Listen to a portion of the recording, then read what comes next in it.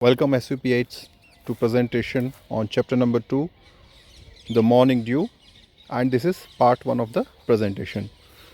So students, before we go through the chapter, let us try to understand more about the author of the chapter. So this chapter is written by Mr. K.K. Daruwalla और जो ये chapter है आपकी book का, ये basically उनका एक collection है बुक का, the scarecrow and the ghost, उससे लिया गया है. And to tell you more about mister K Daruwala, ये एक आईपीएस ऑफिसर हैं और इनको लिखने का भी शौक़ है. So he is a poet cum ex IPS officer. Right, so now let's go to the chapter. ये बेसिकली जो चैप्टर है, इन मॉर्निंग ड्यू. अब ड्यू का मतलब आपको पता है क्या होता है? ड्यू होती है ओस. आपने कभी देखा होगा सुबह सुबह, स्पेशली विंटर टाइम में, जो घास है उस पर ऐसा पानी की एक लेयर रहती है, ऐसा लगता है जैसे बारिश हुई है, but that is not rain, वो होती है ड्यू, ओस. सो ये स्टोरी है एक बहुत क्यूरियस स्केयर क्रो की. स्केयर क्रो होता है जो आपके जो खेतों में लग रहा था ना, एक बजूका टाइप का, जो पक्षियों को डराने के लिए एक पुतला बना देते हैं. So basically this story is about that square crow, and this particular square crow is very curious. ये बड़ा मतलब जिज्ञासु है कि कैसे मौसम बदलते हैं, कैसे सर्दी आती है, कैसे गर्मी आती है, तो कौन इन्हें बनाता है, सर्दी को, गर्मी को, सीजन्स को. सो इसके बारे में इसकी बड़ी क्यूरियोसिटी रहती है, बट कुछ आंसर्स उसे नहीं मिल पाते हैं. So it's all about that. Now let's go to the this one we have already done. So it's basically a poem taken from the Scarecrow and the Ghost. It was published in 2004. The poem is set in the world of nature. तो ये basically जो है, it is set in the world of nature. प्रकृति की जो झलक है वो इसमें दिखती है. It shows that world through the eyes of a scarecrow. So ये पोएम जो है वो लिखी गई है एक स्केयरक्रो के पॉइंट ऑफ व्यू से, कि उसे क्या लग रहा है, स्केयरक्रो को क्या लग रहा है, वो क्या सोच रहा है. The poet himself spent a lot of time in villages while working as an IPS officer. So ये आईपीएस ऑफिसर थे और उन्होंने काफ़ी टाइम जो है विलेजेस में स्पेंड किया है. And that can be seen in his poetry. तो वो इनकी पोइट्री से भी पता चलता है. So now let's read the poem. In morning dew the scarecrow combs his hair. अब आपको इसमें देख के पता चल रहा है that this is a scarecrow and these are crows. So scarecrow, as the name suggest, ये बेसिकली बर्ड्स को डराने के लिए, उनको फील्ड से भगाने के लिए यूज़ होता है. So in morning dew the scarecrow combs his hair. So जब बारिश की जो ओस की बूंदें हैं, उनसे स्केयरक्रो क्या है, अपने हेयर कॉम करता है. In morning light the scarecrow looks so spry. And morning light में क्या होता है, scarecrow looks so spry. SPRY होता है स्प्राई. स्प्राई मतलब अलर्ट. तो मॉर्निंग लाइट में स्केयरक्रो बड़ा अलर्ट लगता है, एकदम होता ना, like a guard, security guard. You know he has had a good night's sleep. So आपको पता है he has had a good night sleep, और रात में अच्छे से सोया है. He is now in a fitter state to spy. यहाँ पे ही किसके लिए आया है, स्केयरक्रो के लिए. सो स्केयरक्रो जो है अब फिटर स्टेट टू स्पाई, मतलब ज़्यादा फिट है किसके लिए, स्पाई करने के लिए, जासूसी करने के लिए. और जासूसी क्या, कि कौन सा बर्ड फसल को नुकसान पहुँचा रहा है. Right. On shouting monkeys and the porcupine. Porcupine होता है, आप हिंदी में उसको बोलते हैं झामूसा. सो उस पर बड़े कांटे कांटे से होते हैं इस पर्टिकुलर एनिमल के. इन the next video I will show you, in the next presentation I will show you few pictures of porcupine. So now what happens, On shouting monkeys and the porcupine, he gets to see everything all the time. So shouting monkey से लेके porcupine, he gets to see everything, मतलब उसको सब कुछ दिखता है, वो देख पाता है सब कुछ all the time, सारे टाइम. एक्सेप्ट मतलब सिवाय, अलावा. किसके अलावा वो सब कुछ देख पाता है? Accept his shadow. शैडो होती है परछाई. Except his shadow which laissez about. Now ledge का मतलब होता है कोई चीज़ जो कम काम करती है. अब उसकी शैडो क्या काम करेगी? आपकी शैडो कोई काम करती है? नहीं करती ना, right. So except his shadow which laissez about. तो वो सब कुछ देख पाता है सिवाय उसकी शैडो के, विच लेजेस अबाउट, जो ज़्यादा कुछ नहीं करती है उसकी shadow. Till the evening snuffs the fellow out. और शाम में क्या होता है? शाम में जैसे ही सूरज ढल जाता है उसके बाद शैडो दिखना बंद हो जाती है, राइट. आप भी कभी नोटिस करना, आपकी शैडो भी जो है जब तक सन रहता है तब तक दिखती है, इवनिंग के बाद शैडो दिखना बंद हो जाती है. So till the evening snuffs the fellow out. यहाँ पे ये द फेलो आउट किसके लिए यूज़ हुआ है? शैडो के लिए. सो इन द इवनिंग क्या होता है? उसको वो जो है ठंडा हो जाता है. क्या? शैडो ठंडा हो जाता है, मतलब दिखना बंद हो जाता है.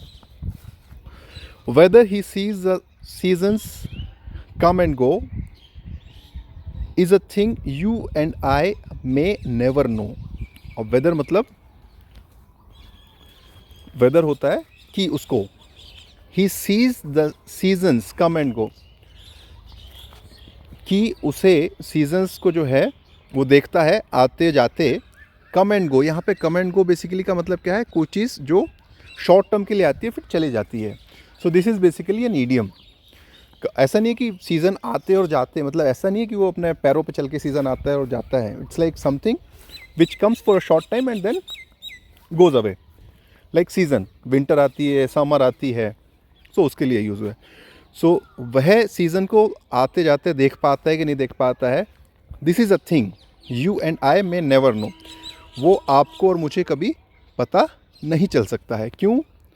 Because square crow is not, they cannot speak, they do not have any life, so we can never know.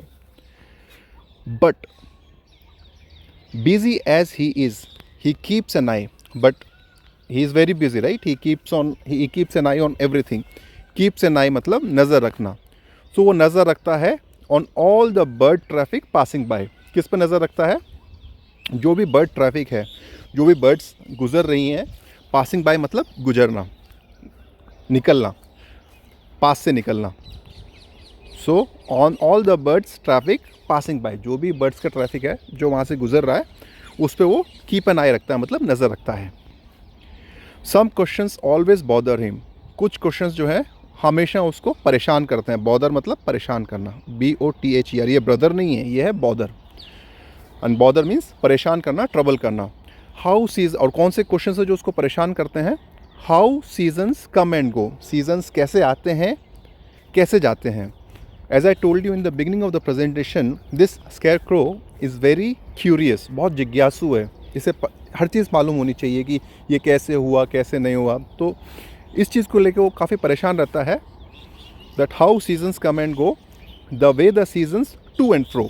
जिस तरीके से सीज़न जो है आते हैं जाते हैं, तो उससे वो जो है बड़ा परेशान रहता है. He doesn't know who is getting in. उसे नहीं पता हु इज़ गेटिंग इन मतलब कौन सा सीज़न अब आ रहा है, कौन सा सीज़न आने वाला है. समर, ऑटम और स्नो. सो उसको ये नहीं पता कि अब कौन सा सीज़न आने वाला है. समर आने वाला है कि ऑटम आने वाला है. ऑटम होता है पतझड़, और स्नो या बर्फ़ गिरने वाली है. Something he should surely know. और उसे लगता है कि ये उसे पक्का पता होना चाहिए. श्योरली नो मतलब पक्का पता होना चाहिए. He knows he शिवर्स in the cold. अब उसे क्या पता है? ही नोज़, वो जानता है कि ही शिवर्स. शिवर मतलब कँपाना, काँपना. शिवर होता है काँपना. तो शिवर आप डर से भी काँप सकते हो. You can shiver due to you are afraid, you are scared, then also you shiver. Otherwise you shiver in the cold, आप सर्दी में कपकपाते हो, और सेम जो है स्केयर क्रो भी कपकपाता है सर्दी में। And in the summer he will fry, and summer में क्या है वो बिल्कुल फ्राई हो जाता है, उबल जाता है। अपने यहाँ गर्मी पड़ती है ना कितनी ज़्यादा, so we also like we fry. That does not mean कि एक्चुअली वो फ्राई होता है, बट इसका मतलब है कि वो गर्मी में काफ़ी एक तरीके से उबल जाता है, परेशान हो जाता है। Do seasons come up from the ground, अब उसे ये लग रहा है कि भाई ये जो सीजन्स आते हैं ये कहाँ से आते हैं, कम अप मतलब आना, फ्रॉम द ग्राउंड ज़मीन से आते हैं, और do they drop down from the sky, या वो आसमान से उतरते हैं। ड्रॉप डाउन मतलब उतरना, गिरना, कहाँ से, from the sky. Are question that have bothered him, तो ये जो क्वेश्चन है इसने उसको परेशान किया हुआ है। क्या परेशान किया हुआ है? Do the season come up from the ground और do they drop down from the sky. Answers do not dribble in, अब आंसर्स तो जो है उसके दिमाग में आते नहीं है इसके। ड्रिबल बेसिकली होता है, लिटरल मीनिंग होता है कोई चीज़ धीरे धीरे करके टपकना, तो आंसर भी जो है जैसे उसके दिमाग में धीरे धीरे करके आए, तो ऐसा तो होता नहीं है। जो ड्रिबल यहाँ पे होता है आंसर्स के लिए यूज़ हो रहा है कि उसके दिमाग में आंसर्स तो आते नहीं है धीरे धीरे करके भी। To keep questions out and answers in, तो वो क्या करता है? टू कीप क्वेश्चंस आउट, सवाल को बाहर रखने के लिए और आंसर्स को अंदर रखने के लिए। He bolts the upper stories door, वो क्या करता है? अपर स्टोरी का जो डोर है वो बंद कर देता है। अब ये बताइए इस स्केयर क्रो का अपर स्टोरी का डोर कौन सा है? बेसिकली दिमाग। सो अपना जो ब्रेन है वो बंद करके रखता है, दिमाग जो है बिल्कुल बंद करके रखता है, ताकि उसके दिमाग में और ज़्यादा सवाल ना आए और जो आंसर्स हैं वो अंदर की अंदर ही रहें। So then he wonders why on earth, उसके बाद वो क्या है? वंडर करता है, आश्चर्य करता है। वाई ऑन अर्थ मतलब ज़मीन पे। His head goes round in circle, उसका जो सर है वो गोज़ अराउंड इन सर्कल मतलब चारों तरफ घूमता रहता है। While season circle round and round, जबकि जो सीजन्स जो है वो राउंड एंड राउंड सर्कल करते रहते हैं। इन द सेंस समर के बाद विंटर आती है, विंटर के बाद फिर वापस समर आती है, बीच में ऑटम भी आती है। सो सर्कल होता रहता है, मतलब चीज़ें वापस रिपीट होती रहती है। तो उससे क्या, उसका सर भी जो है, उससे क्या होता है, उसका जो सर है वो भी गोज़ राउंड इन सर्कल, वो भी चारों तरफ घूमता रहता है in a circle. Like oxen on a threshing floor, अब ये मैं आपको नेक्स्ट प्रेजेंटेशन में एक इसका भी वीडियो शेयर करूँगा कि ये जो है थ्रेशिंग फ्लोर पे ऑक्सन कैसे काम करता है। ऑक्सन का मतलब होता है बैल, एंड थ्रेशिंग फ्लोर क्या होता है? When you have this crop ना, वीट और राइस, तो उसमें से आप राइस या वीट निकालने के लिए क्या करते हो? पूरी क्रॉप आपने काट दी और उसके ऊपर फिर बैल जो है राउंड एंड राउंड चलते रहते हैं, सो दैट द वीट और rice is separated from the rest part of the crop. So we will see that in the next video. Now brainstorm. What do you understand by scarecrow's upper stories door? आपको मैंने explain किया, scarecrow का upper story door मतलब वो अपने दिमाग की जो है दरवाज़ा बंद करके रखता है, so that questions do not come in, right? और ज़्यादा उसको सवाल उसके दिमाग में नहीं आए। So these are the key words, please learn them.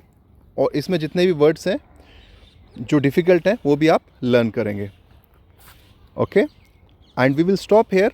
In the next class we will continue with the question answer. Thank you.